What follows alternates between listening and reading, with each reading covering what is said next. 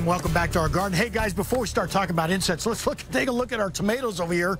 They're growing against the south-facing wall, and you can see them over there. Some early girls and celebrities, they are doing excellent. A lot of companion planting in there, along with some basil and bright light Swiss chard, a lot of dill, lavender, and of course an assortment of other vegetables, including onions that help take care of a lot of those pesky insects that we've got in the garden. Those are kind of what we call repelling type plants, and there's a lot of different types. Here's a basil plant right here. In fact, basil does a great job on repelling those different types of mosquitoes. So you want to keep those guys around, as does lavender and your different types of lemon balms, and of course your rosemary. All those do an excellent job. Grow lots of them, and they'll do a fantastic job on getting rid of a lot of those different types of mosquitoes. For bees, well, we welcome bees in our garden. In fact, if you look around our garden, you'll see a lot of different types of flowering plants. But when they start congregating, one of the things I've got on hand, and there's one right there, in fact, sitting on top of, right here, Bob. You see this guy right there?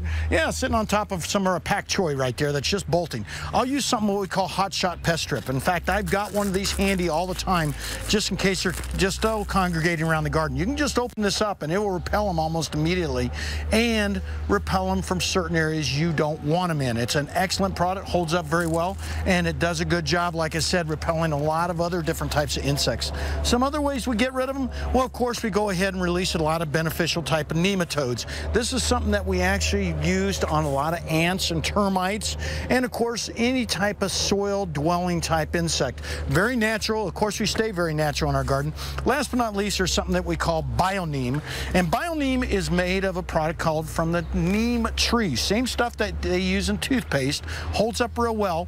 For just a real quick contact type killer, this is a natural type killer, safe for pets and kids, and it holds up very well. When we get back, we're going to talk a lot about, well, different types of beneficial insects, and of course a lot of other different types of plants you can grow right in your garden to help repel those insects and repel them naturally to make a nice environment for your pets and kids. Tess, I know you got pets and kids out there, and you know you're always concerned about pesticides, so this is one of the best ways you can actually get rid of them. Just go ahead and creating that biodiversity, and that's real important out here in the desert Southwest. Dave, you would be proud to know that we released ladybugs in our garden to help. You're not going to believe it. I brought some ladybugs today, right there. I'm going to release them, and I'll show those people back at home how to release them, how to keep them around your garden instead of flying away. Perfect. One of the problems you have with ladybugs, they like to fly away. We'll show you how to do that in the next segment. All right. Appreciate it. We'll see you then. Thank you very much, Dave.